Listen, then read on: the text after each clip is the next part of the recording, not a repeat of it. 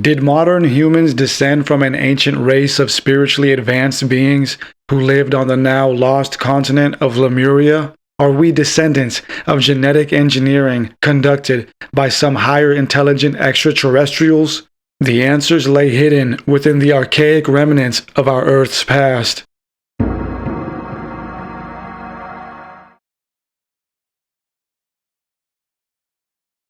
There is a theory that has been perpetuated within the occult and New Age about the root races of humanity. This theory claims that modern humans are the evolved versions of previous races that existed.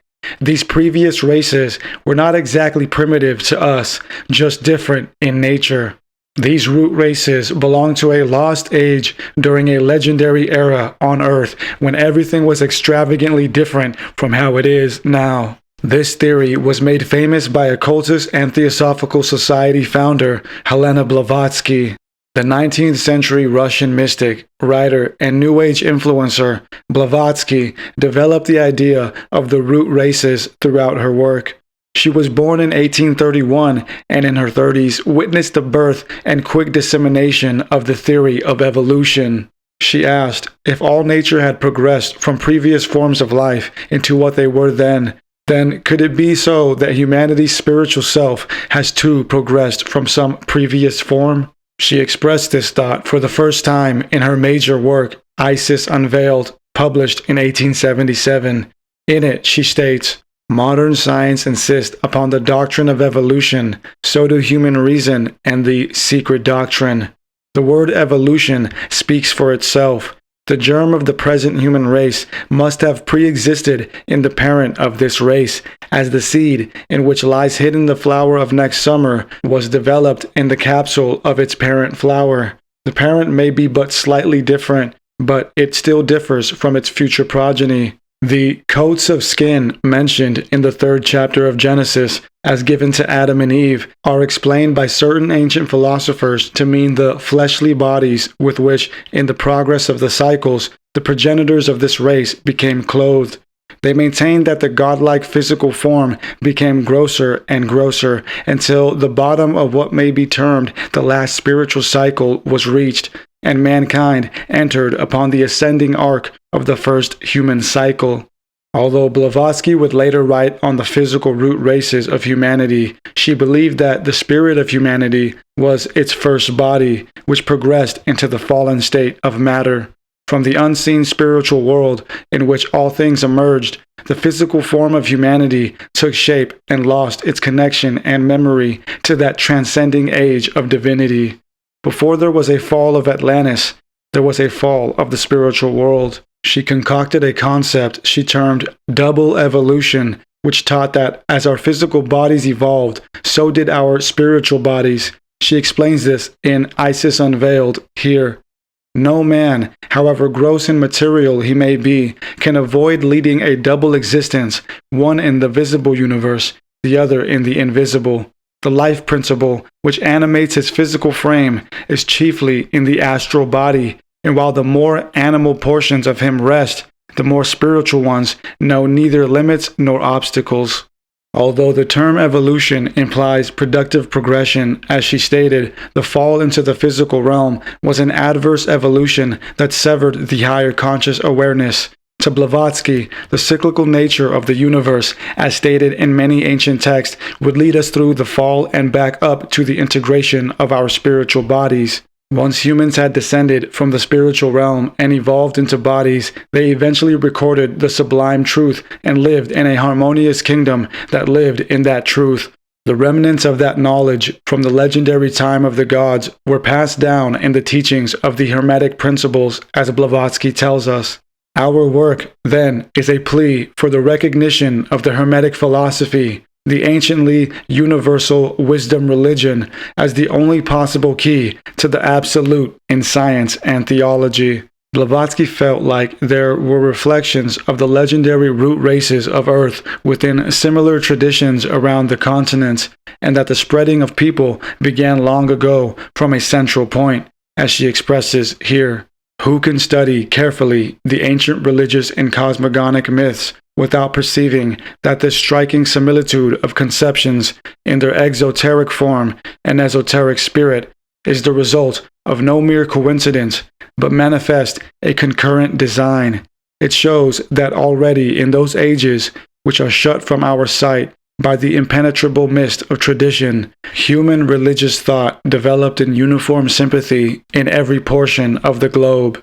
Her root race theory was primarily developed throughout her pinnacle work, The Secret Doctrine, published in 1888, a massive, originally 2-volume work, now split into several volumes, influenced much of the modern New Age and occult. According to her theory, there are 7 cyclical root races. These root races evolved simultaneously and overlapped each other. She taught that every continent or people went through their own iteration of the spiritual evolvement from the original etheric realm, and that the races of today are descendants of the various root races. These various root races were spread across the earth, simultaneously evolving through the cyclical process. The first root race was the etherical spirit race that existed in the primordial beginning. These beings were emanations of the elemental gods. Before life on earth existed, there were the elemental gods of the universe. These gods participated in self-sacrifice and duplicated part of themselves to offer Earth the first group of beings, which were spirit beings without form. Blavatsky calls them the phantom race. They were androgynous, and because they were shadows of the elemental gods, they were mindless and without personality. They were to be the foundation and mold from which their later physical bodies would be formed. The following denser astral body became the second root race. These astral bodies evolved into denser astral bodies, which copied its parent cloning system, called by Blavatsky the sweat-born. These beings would produce a germ-like clone that would grow off of their body and eventually break off and become a new astral being. These people primarily evolved in the polar north in Hyperborea. She believed Hyperborea was located in the polar north of the Arctic, with its accompanying cold countries of Greenland, Norway, Sweden, and such as branches of the mainland. The third evolutionary jump caused the astral bodies to completely disappear as the physical bodies took full form. Still androgynous, these beings now produced eggs instead of the spiritual droplets from before. This went on for some time until the next major change, which brought about the splitting of the sexes. During the third root race, the male and female were created, and procreation between the sexes began. It was during this time that the most crucial point between the celestial gods and future humans would occur. The original celestial gods now saw that the physical human bodies on earth were perfected and could be given consciousness. The bodies began to be upgraded with self-awareness. Even more so, some of the celestial beings began to incarnate into the bodies to help partake in the early legendary prehistory of humanity. There was an issue, however. In the Secret Doctrine, we are told that some of the celestial gods were not satisfied with the crude bodies that were formed and wanted to give the evolutionary process time to produce something better. At that time, it took millions of years for Earth and the astral realm to co-create the bodies, and it was the best that it could do so for the time being. Some of the bodies around the continents began to deteriorate or even form into less perfect bodies, which were more animalistic. The celestial gods who waited too long had no choice but to incarnate into the imperfect bodies. These bodies of the perverted incarnation became the root race for some of the cavemen, whom Blavatsky taught were the forefathers of some existent indigenous tribes like those of Australia. She taught that these bodies would eventually evolve into a higher state, but would take longer. Parts of her theory are deemed racist these days, but she and the Theosophical Society have assured that this theory doesn't have to do with particularly colored races, but simply cultural and genetic races. Around the world, there live among us mixtures of the original root races. The third root race wasn't one race at all. It was an era when bisexual physical bodies were fully formed, in which humans began to be procreated with a conscious awareness all of their own. Among this batch were celestial gods who incarnated into these bodies to assist the processes of spiritual development on earth, and also perverse gods who incarnated into the imperfect bodies and set off a crooked path of evolution that bred bodies and minds that were not fully formed. The primary group of the third root race existed on Lemuria, the lost continent which was once situated in the Indian Ocean. The Lemurians in particular rose to an advanced spiritual and technological stage, as did their later Atlantean siblings. Both suffered a massive loss due to Earth's changes, leading to the famous catastrophes. The fourth root race was primarily comprised of Atlanteans, who also spread out to inhabit other areas of Earth. Many of the ancient teachers of our present-day history were survivors of the third and fourth root races. After the sinking of Atlantis about 12,000 years ago, according to Blavatsky and Plato, whom we received the story from, our modern history began with the fifth root race, the Aryans. Blavatsky tells us that this group primarily emerged from Central Asia and spread out from there. This group carried knowledge from all previous root races and were also the carriers of esoteric wisdom. We are currently a part of the fifth root race, which is to evolve into the sixth and seventh, which are to be spiritually evolved beings who return to a more divine state of being. According to Blavatsky, our lifespans are to increase, and a celestial teacher is to come about during the seventh root race, which will guide us into a unified world where all opposing powers will be eliminated as everything converges into one harmonized ecosystem. Blavatsky claimed to have gathered much of her wisdom and historical information from a legendary book known as the Book of Dzyan, also pronounced Jian. This book was said to have been found within a secret society of Tibetan monks, only being shown to occulted initiates. She claimed the book was written in an unknown language predating Sanskrit. The book has been quoted by other esoteric writers. UFO writer Desmond Leslie believed the book was compiled in the days of Atlantis. H.P. Lovecraft used the book within his fictional lore.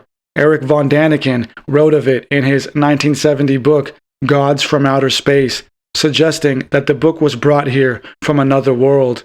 Whatever the case, Blavatsky's claims about the book have never been substantiated, and the book has been largely regarded as a hoax. Another source for Blavatsky's teachings is what are known as the Mahatma Letters. These were correspondences between ascended masters living in Tibet, Blavatsky, and a couple of her co-founding members of the Theosophical Society. Two main masters in Tibet sending these letters were Kuthumi Lal Singh, K.H., and Moria, M. Through the letters, these ascended masters revealed the knowledge about the root races to the Theosophical founders. These letters, like the Book of Dzyan, are also suspicious and have been deemed a hoax by many, especially with the admission of Henry S. Olcott, a founding member of Theosophy, stating that the letters were made up.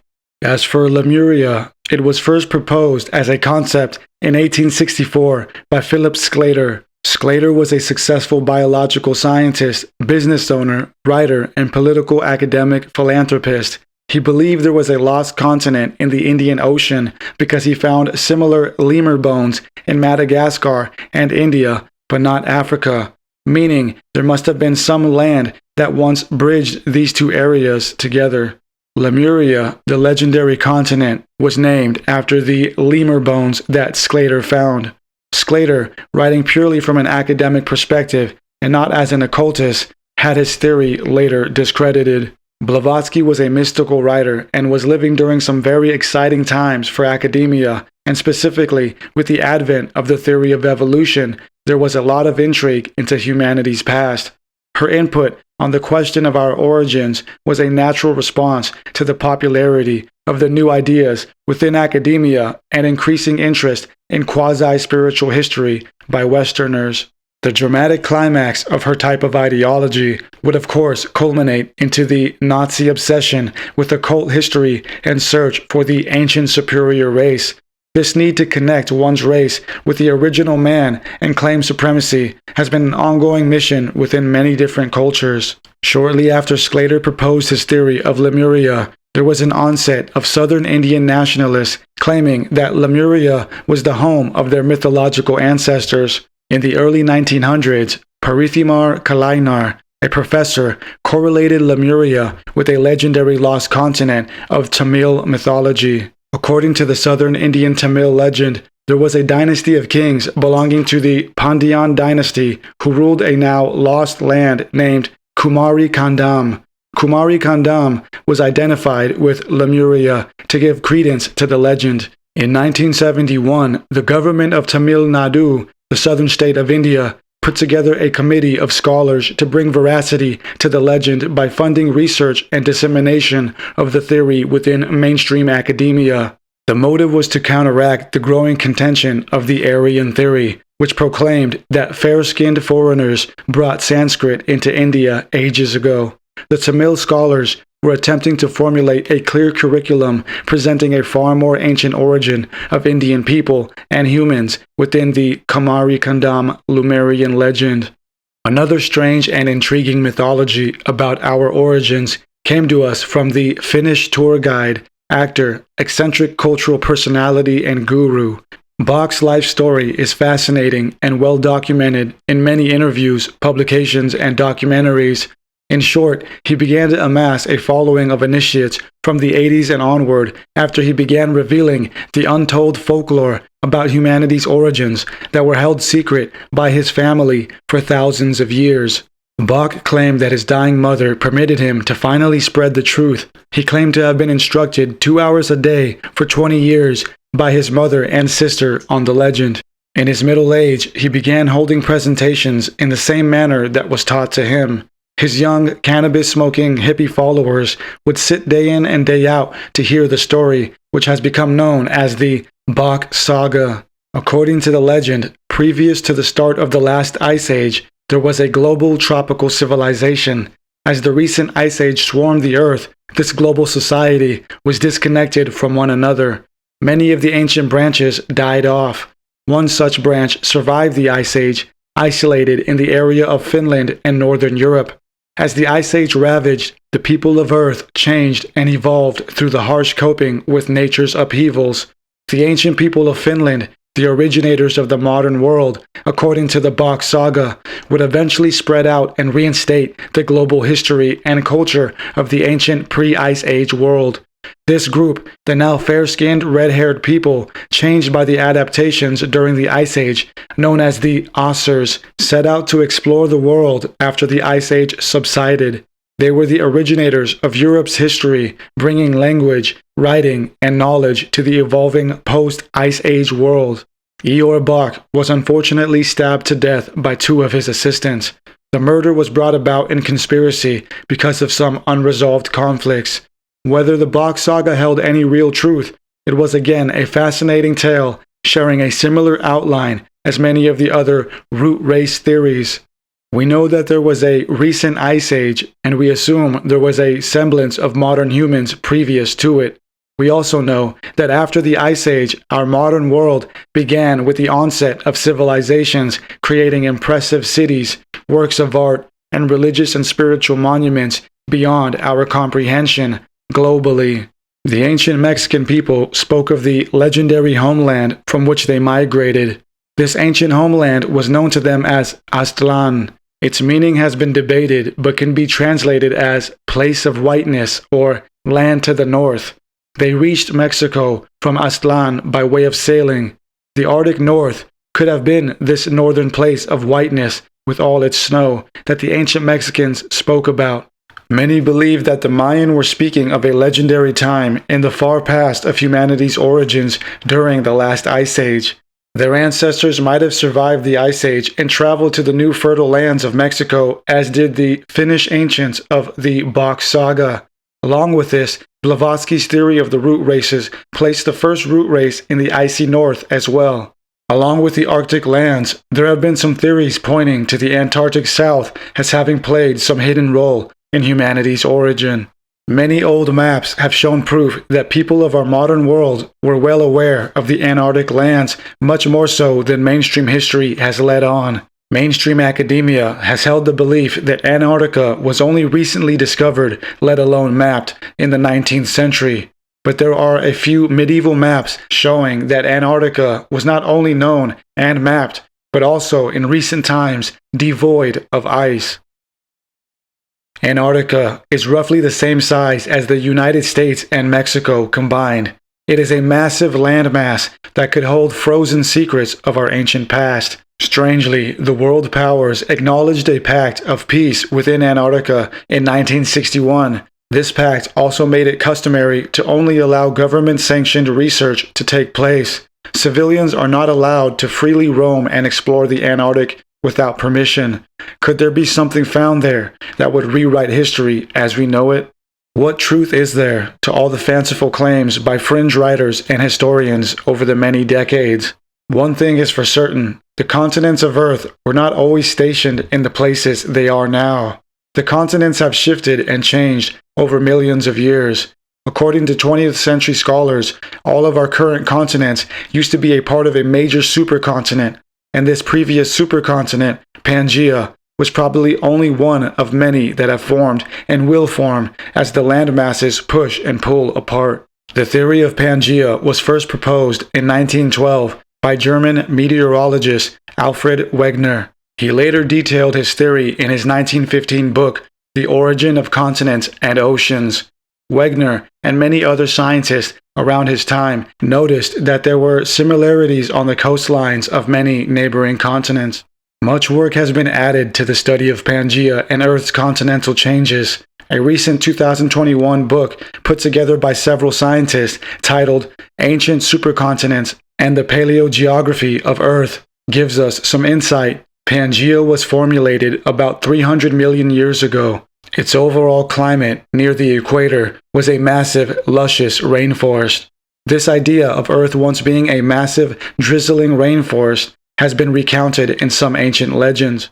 Credo Mutwa, the last Sanusi or wisdom keeper of the African Zulu tribe, has spoken on the mythical ancient past of humanity. In his famous 3-hour-long interview with David Icke, in which he spoke on the history of the reptilians and other aliens, he stated that in Earth's very ancient past, the landscape was vastly different than it is now. Credo recited that in a far-gone time in the past, humans were androgynous beings with telepathic abilities. During this time, Earth was covered in what he called a eternal drizzle. It was during that time that the reptilians descended and altered our genetics to become male and female, according to Credo. Pangaea began splitting apart about 200 million years ago. Along with the theory of Pangaea came the study of the first two major landmasses, Laurasia in the north and Gondwana in the south.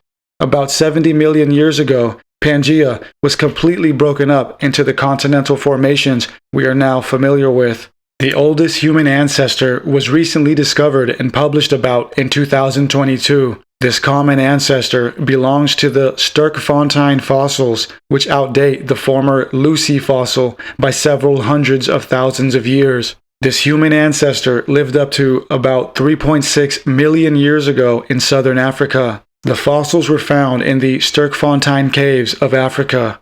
The oldest tools found so far belong to the Kenyan area of Africa, known as the Lomkwai tools, named after their archaeological site, are numerous rocks with artificial breakpoints caused by ancient humanoids chipping away at them for tool making. These tools are a fascinating 3.3 million years old. The oldest Homo sapiens ancestor, a direct relative to the modern human, was found in Ethiopia, Africa. This fossil, known as Homo 1, is thought to be at least 230,000 years old. The last ice age swept through the globe about 100,000 years ago, disconnecting us from our now hidden past. After the ice age, modern settlements began to take place around the world with similar tales of ancient gods, the creation of humans, and a great flood.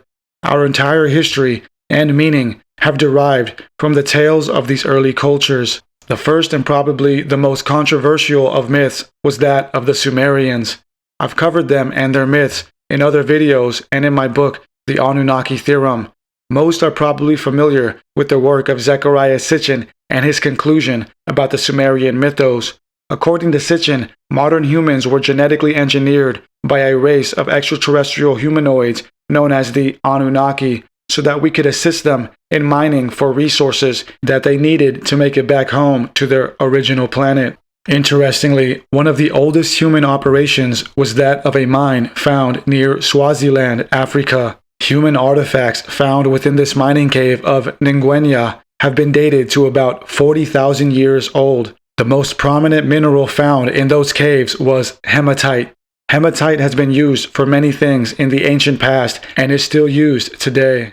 It was used for jewelry and pigment and was found to be used in clay cylinder seals similar to those of the Sumerians. Some scientific studies have also shown hematite to be a useful and natural radiation blocker. This is also interesting because Zecharia Sitchin claimed that the Anunnaki created us to mine gold that would be used to create a large radiation shield for their home planet. Maybe it wasn't just gold, but hematite that they were after. Whatever the case, modern humans emerged out of the floods and catastrophes after the end of the last ice age, fully equipped with language, tools, civilization, and most importantly, the legends of the gods and creation. Our humble planet has birthed an incredible and unbelievable race of beings with the potential for all they desire. Our only obstacle is the challenge of getting along and moving forward together. Looking around at how difficult this task has become with the ever-increasing grip of global technocratic corruption, it seems impossible. But from Hyperborea, Pangea, Planet X, and all, I'm sure the universe is rooting for us.